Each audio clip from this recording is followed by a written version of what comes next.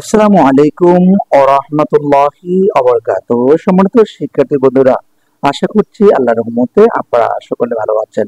আজকে আমরা আলোচনা করব আমাদের সবার জন্য বা সকলের জন্য একটি গুরুত্বপূর্ণ টপিক, যেটি আমাদের শিক্ষার্থীদের অধিকাংশ অর্থাৎ একেবারে আপনি যদি শতের আপনার 95% শিক্ষার্থীর জন্য এই টপিকটি একটু ব্যতিক্রম বা সবার ক্ষেত্রে এটি বেশ আর কম সবাই পারে না এমন জিনিসটা আজকে আলোচনা করব।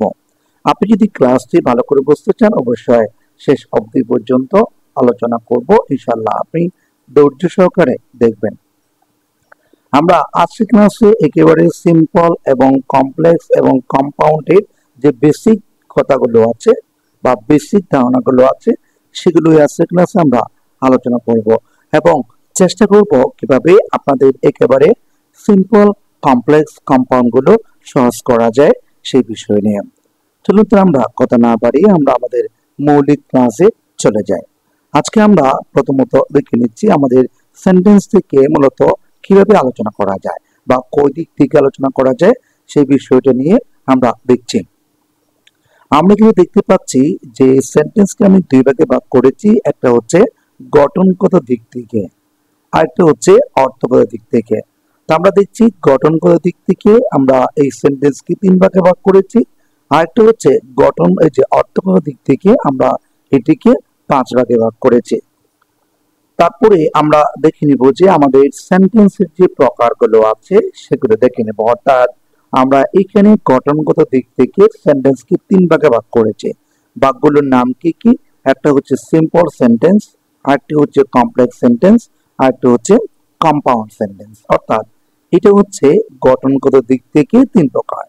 এরপর অর্থগত দিক থেকে দেখতে পাচ্ছি আমরা পাঁচ প্রকার। একটা হচ্ছে অ্যাসার্টিভ, আরেকটা হচ্ছে ইন্টারোগেটিভ, আরেকটা হচ্ছে ইম্পারেটিভ, এরপর অবজেক্টিভ, এরপর দেখতে পাচ্ছি আমরা এক্সক্লামেটরি। আশা করছি আমরা বিষয়টি বুঝতে পারলাম। এরপরে আমরা পরবর্তীতে আমাদের সেন্টেন্স গুলো কাকে বলে, কি কি সেই বিষয়গুলো আলোচনা করছি। প্রথমত আমরা দেখতে পাচ্ছি গঠন অনুযায়ী সেন্টেন্সকে আমরা তিন ভাগে ভাগ করতে পারি। তার মধ্যে এক নম্বর হচ্ছে আমাদের সিম্পল সেন্টেন্স। আমি একেবারে একটা একটা করে আপনাদেরকে বোঝানোর জন্য চেষ্টা করছি। এক নম্বরে আমরা দেখতে পাচ্ছি সিম্পল সেন্টেন্স। আমরা এই সিম্পল সেন্টেন্স কাকে বলে সেই বিষয়টি এখানে দেখানো যাচ্ছে যে যে সেন্টেন্সে একটি মাত্র সাবজেক্ট ও একটি ফাইনাল ভার্ব থাকে তাকে আমরা কি বলি? সিম্পল সেন্টেন্স বলা থাকে। তাহলে কি কি থাকবে? একটি ফাইনাইট ভার্ব, ঠিক আছে, আর একটি কি থাকবে? সাবজেক্ট থাকবে। অর্থাৎ একটি ফাইনাইট ভার্ব থাকবে আর একটি সাবজেক্ট থাকবে। যদি এমন কোনো বাক্য আপনারা খুঁজে পান সেক্ষেত্রে আপনাকে ধরে নিতে হবে এটা হচ্ছে সিম্পল সেন্টেন্স। তারপরে আমরা পরবর্তী কয়েকটি বাক্য যোগ করেছি, বাক্যগুলো আপনাদের দেখানোর চেষ্টা করছে। প্রথমত দেখতে পাচ্ছি Nipa goes to school regularly, এটি একটি সিম্পল বাক্য। এরপর আমরা দেখতে পাচ্ছি দুই নম্বর, without reading news paper you will not know about the world, ঠিক আছে, যে এটি একটি সিম্পল বাক্য। এরপর আমরা তৃতীয় নম্বর একটা বাক্য দেখতে পাচ্ছি, সেটা হচ্ছে in spite of his being healthy he is lazy, এটি একটি সিম্পল বাক্য। এরপর আমরা চার নম্বরে দেখবো যে I saw a bird flying in the sky, ঠিক আছে, এটি একটি সিম্পল বাক্য। এরপরে পঞ্চম নম্বর আমরা দেখে নিব যে he is too ill to walk, এটি একটি সিম্পল বাক্য। অর্থাৎ আমরা এখানে যে বাক্যগুলো যোগ করেছি প্রত্যেকটি বাক্য হচ্ছে সিম্পল, কেননা এখানে আমরা দেখতে পাচ্ছি কয়েকটা বাক্যের মধ্যে আমরা কি করেছি যে সাবঅর্ডিনেট ক্লজ আর একটা হচ্ছে প্রিন্সিপাল ক্লজ যোগ করেছি, আর কতগুলো বাক্যের মধ্যে একটি সাবজেক্ট আছে আর একটি প্রিন্সিপাল ক্লজ আছে, ঠিক আছে, এগুলো রয়েছে। এই জন্য এগুলো প্রত্যেকটি সিম্পল সেন্টেন্স। এরপর আমরা পরবর্তীতে আমরা কি করব, আমাদের কমপ্লেক্স সেন্টেন্সটি আমরা বিস্তারিত আকারে একটু দেখে নেব। এখানে আমরা দেখতে পাচ্ছি কমপ্লেক্স সেন্টেন্স কাকে বলে সেই বিষয়টি। তাহলে এখানে দেখা যাচ্ছে যে যে সেন্টেন্স এক বা একাধিক সাবঅর্ডিনেট ক্লজ, ঠিক আছে, সাবঅর্ডিনেট ক্লজ কি? যে ক্লজ নিজের অর্থ নিজে প্রকাশ করতে পারে না, প্রিন্সিপাল ক্লজের প্রয়োজন হয় সেটি হচ্ছে সাবঅর্ডিনেট ক্লজ। ঠিক আছে, তাহলে বলছি এক বা একাধিক যদি সাবঅর্ডিনেট ক্লজ থাকে তাকে আমরা কি করতে পারি, কমপ্লেক্স সেন্টেন্স বলতে পারি। আচ্ছা, এখানে আমি তিনটে বাক্য দিয়েছি, বাক্যগুলো যদি দেখেন ক্লিয়ার হয়ে যাবে। যেমন এক নম্বরে দেখতে পাচ্ছি আই বিলিভ ডেট, এখানে লেখা আছে I believe date he is honest.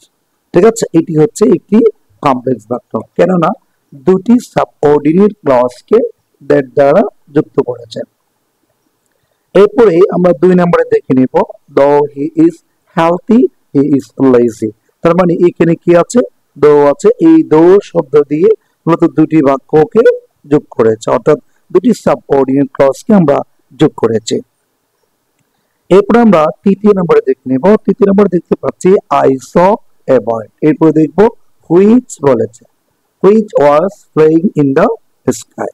তাহলে এই বাক্যটিও একটি কমপ্লেক্স বাক্য, আমরা বিষয়টি বুঝতে পারলাম। এরপর আমরা পরবর্তী আর কতগুলো শব্দ এখানে নিচে যোগ করেছি, এই শব্দগুলো যদি কখনো কোনো সময় কোনো একটা বাক্যে খুঁজে পান তাহলে সেটি হবে আপনার কমপ্লেক্স সেন্টেন্স।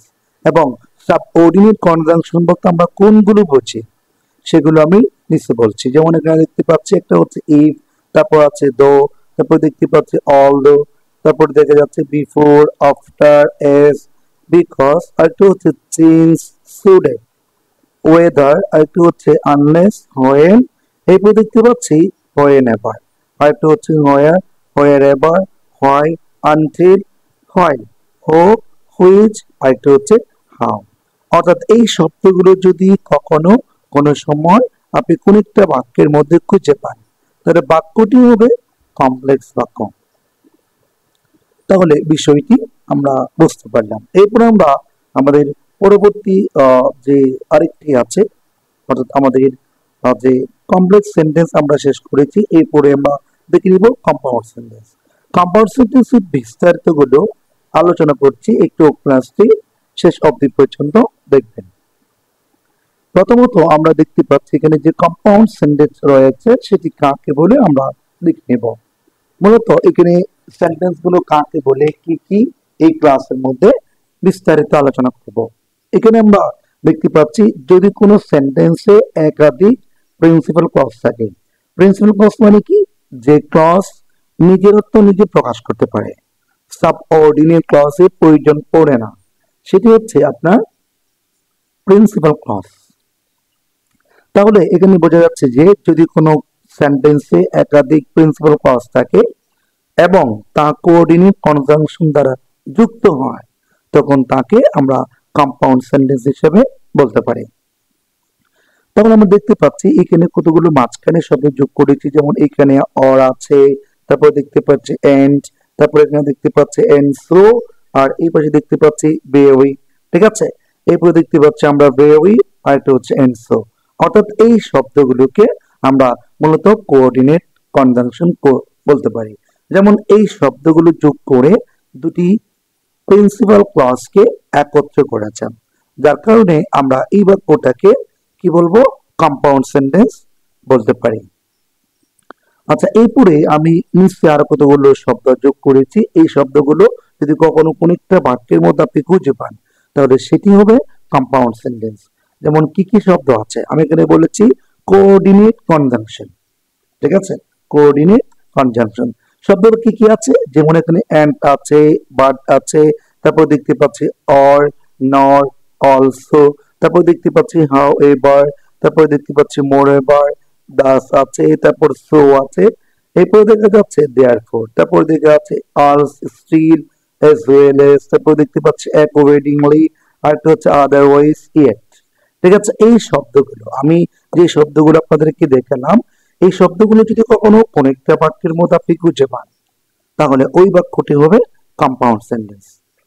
তাহলে আমরা এখন বুঝতে পারলাম যে সিম্পল সেন্টেন্স কিভাবে হবে, কম্পাউন্ড কিভাবে হবে এবং কমপ্লেক্স কিভাবে হবে, সেটি আজকের ক্লাসে আমি পূর্ণাঙ্গ আপনাদেরকে বোঝাতে সক্ষম হয়েছে।